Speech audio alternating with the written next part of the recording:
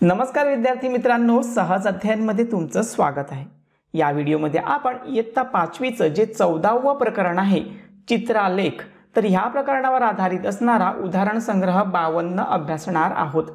जर तुम्हाला इयत्ता 5वीच्या इतर सर्व व्हिडिओच्या लिंक व्हॉट्सअपवर पाहिजे असतील तर माझ्या व्हॉट्सअप नंबरवर इयत्ता 5वी असा मेसेज करा। मी इयत्ता 5वीच्या सर्व लिंक तुम्हाला व्हॉट्सअपवर पाठवेन।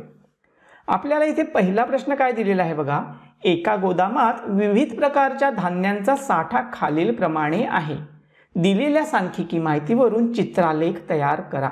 बघा आपल्याला इथे ही जी सारणी दिलेली आहे, हे जे टेबल दिलेलं आहे, ह्या टेबलच्या आधारे चित्रालेख तयार करायचा आहे। तर बघा ह्या सारणीमध्ये आपल्याला काय सांगितलं आहे की काही धान्य आहेत आणि त्या धान्यांची पोती किती आहेत ती माहिती दिलेली आहे। आता याचा चित्रालेख तयार करण्यासाठी काय करावं लागेल, तर सर्वात अगोदर आपल्याला प्रमाण ठरवावं लागेल। म्हणजे जे चित्र आपण घेऊ त्या चित्राचं प्रमाण घ्यावं लागेल। मग हे प्रमाण ठरवायचं कसं, तर आपल्याला जी दिलेली माहिती आहे त्यामधील सर्वात लहान संख्या कोणती आहे ते पाहायचं। इथे सर्वात लहान संख्या आहे 8। आता या सर्वात लहान संख्येने उरलेल्या सर्व संख्यांना भाग जातो की नाही हे आपण पाहायचं। तर ह्या 40ला 8ने भाग जातो, 8 पंचन 40। त्यानंतर 8 7 56 म्हणजे 56ला देखील भाग जातोय आणि 8 चौक 32 म्हणजे 32ला देखील भाग जातोय आणि 8ने तर 8ला भाग जाईलच। म्हणजे आपण काय करायचं, तर आता ह्या सर्वात लहान संख्येने सर्व संख्यांना भाग जातोय म्हणून प्रमाण घेण्यासाठी आपण हीच संख्या निवडायची जी सर्वात लहान संख्या आहे। जर हिने पूर्ण भाग जात नसेल तर मग आपल्याला आणखी अशी संख्या शोधावी लागेल ज्या संख्येने सर्व संख्यांना भाग जाईल। मात्र इथे 8ने भाग जातोय मग आपण प्रमाण म्हणून 8च घ्यायचं। तर आपण काय करायचं, प्रमाण लिहून घ्यायचं। तर इथे लिहायचं आहे प्रमाण। आता प्रमाण लिहायचं आहे, आपण काय करणार आहोत, चित्रालेख तयार करणार आहोत। म्हणजे ह्या ज्या पोत्यांची संख्या दिली आहे त्यासाठी आपण एखादं चित्र घेणार आहोत। मग ते चित्र कोणतं असेल तर चित्र काहीही घ्यायचं। आपण सध्या फक्त एवढंच लिहूयात, एक चित्र काय करायचं आहे तर त्याचं प्रमाण ठरवायचं आहे आपण 8 पोती। बघा इथे सर्वात लहान संख्या 8 आहे म्हणून आपण 8ची निवड केली आणि पोती हे त्याचं एकक आहे म्हणून एक चित्र बरोबर 8 पोती। चला आता आपलं इतकं झालं। आता चित्रालेख तयार करायचं म्हणजे आपल्याला चित्र तयार करावं लागेल। मग आता हे चित्र तयार कोणतं करायचं, तर बघा सोप्यात सोपे चित्र घ्यायचं, जसं की वर्तुळ, त्रिकोण किंवा चौकोन असं काहीही घेऊ शकता। तर मी इथे वर्तुळ घेतो। वर्तुळ घेतल्यानंतर बघा एक चित्र जे असेल ते 8 पोत्यांसाठी असेल, बरोबर। मग ह्या 40 साठी आपल्याला किती चित्र तयार करावी लागतील, तर काय करायचं, ह्या 40ला भागाकार करायचा। कशाने भागाकार करायचा, तर ह्या 8ने भागाकार केल्यानंतर काय होतंय बघा, तर 8 पंचन 40 म्हणजे आपल्याला इथे 5 चित्र तयार करावी लागतील। बघा हा जो तुम्हाला मी भागाकार करून दाखवलेला आहे हा तुम्हाला लिहायची गरज नाही, मी इथे तो फक्त तुम्हाला समजावून सांगण्यासाठी तयार केलेला आहे। तर आपण काय करूयात, इथे 40 पोत्यांसाठी 5 चित्र तयार करूयात। मग चला पहिलं चित्र तयार करतो। अशा पद्धतीने एक वर्तुळ तयार केलं। ओके, हे एक वर्तुळ जे कशासाठी आहे तर 8 पोत्यांसाठी एक वर्तुळ आहे। मग अशी आपल्याला एकूण 5 वर्तुळ तयार करावी लागतील तेव्हा 40 पोती होतील। मग हे आहे दुसरं वर्तुळ, त्यानंतर तिसरं वर्तुळ, पुन्हा चौथं वर्तुळ आणि 5वं वर्तुळ। तर अशा पद्धतीने आपण 5 वर्तुळे तयार केलेली आहेत आणि 5 वर्तुळांची एकूण 40 पोती झालेली आहेत, कारण की 8 पंचन 40 इतकं झालं। आता आपण पुढील प्रश्न पाहूयात। तर इथे काय सांगितलं आहे आपल्याला, 56 पोती। मग ह्या 56ला आपण ठरवलेल्या प्रमाणाने भाग द्यायचा। तर 8 7 56 म्हणजे इथे उत्तर आलं 7, म्हणजे आपल्याला इथे 7 वर्तुळे तयार करावी लागतील। तर इथे 1 वर्तुळ, 2 वर्तुळ, 3 4 5 6 आणि 7 अशा पद्धतीने आपण 7 वर्तुळे तयार केली। आता पुढे बाजरीसाठी फक्त 8 पोती आहेत। मग या 8ला ठरवलेल्या प्रमाणाने भाग द्यायचा, 8 एके 8 म्हणजे इथे फक्त 1 वर्तुळ येईल। चला इतकं झालं। आता पुढे काय सांगितलं आहे, ज्वारी, आणि ज्वारीसाठी आहेत 32 पोती। मग ह्या 32ला आपण भाग द्यायचा आहे ठरवलेल्या प्रमाणाने। ते आहेत 8 म्हणजे 8 चौक 32. मग इथे काय करावं लागेल तर आपल्याला एकूण 4 वर्तुळे तयार करावी लागतील. तर 1 2 3 आणि 4.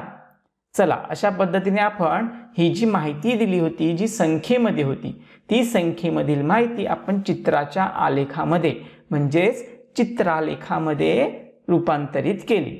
इथे आपला पहिला प्रश्न झाला. आता दुसऱ्या प्रश्नाकडे जाऊयात. दुसऱ्या प्रश्नाला सुरुवात करण्या अगोदर मी तुम्हाला सांगेन की जर अजूनपर्यंत तुम्ही आपल्या चॅनलला सबस्क्राईब केलं नसेल तर व्हिडिओला लाईक करून आठवणीने चॅनलला सबस्क्राईब करा. आता इथे दुसरा प्रश्न काय आहे बघा. वडगावमध्ये असणाऱ्या विविध वाहनांची माहिती दिली आहे. दिलेल्या माहितीवरून चित्रालेख काढा. आपल्याला माहिती दिली आहे ज्यामध्ये वाहनांचे प्रकार आहेत आणि वाहनांची संख्या आहे. मग आत्ता काय करायचं इथे सर्वात अगोदर आपण लहानात लहान संख्या शोधायची. लहानात लहान संख्या आहे 12. ह्या 12ने इतर सर्व संख्यांना भाग जातोय का तर हो. 84ला देखील भाग जातोय, 60ला देखील भाग जातोय आणि हे जे दोन्ही 24 आहेत यांना देखील भाग जातोय. मग आपण प्रमाणासाठी ह्या 12चा उपयोग करायचा. मग आपण काय करूयात इथे लिहून घेऊयात प्रमाण एक चित्र बरोबर 12 वाहने. ओके, वाहनांची संख्या आहे ना म्हणून आपण 12 वाहने किंवा वाहनांची संख्या असं लिहिलं तरीही चालेल. चला मग सर्वात अगोदर काय सांगितलं आहे इथे 84 सांगितलेलं आहे. मग 84ला काय करायचं ह्या 12ने भागाकार करायचा. तर 84 भागिले 12 12 7 84 उत्तर आलं 7. मग आपल्याला इथे 7 चित्र तयार करावी लागतील. आता इथे चित्र कोणतं घ्यायचं तर मी काय करतो इथे त्रिकोणाचं चित्र तयार करतो. तर अशा पद्धतीने एक त्रिकोण तयार करूया. चला एक चित्र झालं. आता अशा पद्धतीची एकूण 7 चित्र तयार करावी लागतील. मग हा दुसरा त्रिकोण घेतला. त्यानंतर तिसरा त्रिकोण घेऊया, चौथा त्रिकोण, त्यानंतर 5वा त्रिकोण, 6वा त्रिकोण आणि 7वा त्रिकोण. तर अशा पद्धतीने आपण 7 त्रिकोण तयार केले. आता आपण पुढचं वाहन पाहूयात. इथे काय सांगितलं आहे पुढचं वाहन दिलेलं आहे स्वयंचलित दुचाकी आणि इथे संख्या दिलेली आहे 60. मग ह्या 60ला 12ने भाग द्यायचा. तर 60 भागिले 12 12 पंचावन्न 60 म्हणजे आता आपल्याला 5 त्रिकोण तयार करावे लागतील. मग अशा पद्धतीने इथे अगोदर आपण त्रिकोण तयार करून घेऊया. दुसरा झाला, तिसरा झाला, चौथा झाला, 5वा झाला. तर अशा पद्धतीने आपण 5 त्रिकोण तयार करायचे होते ते तयार केलेले आहेत. त्यानंतर जी 4 चाकी वाहने आहेत त्यांची संख्या दिलेली आहे 24. ह्या 24ला 12ने भाग देऊया. उत्तर किती येईल तर 2. तर आपल्याला इथे 2 त्रिकोण तयार करावे लागतील.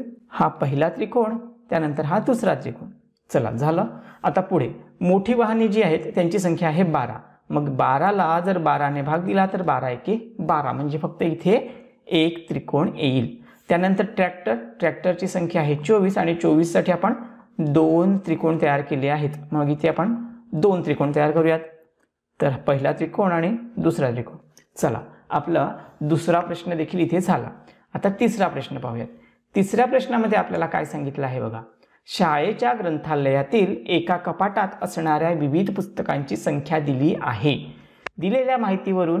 दिलेल्या सांख्यिकी माहितीवरून चित्रालेख तयार करा. इथे देखील आपल्याला काय करायचं आहे चित्रालेख तयार करायचा आहे.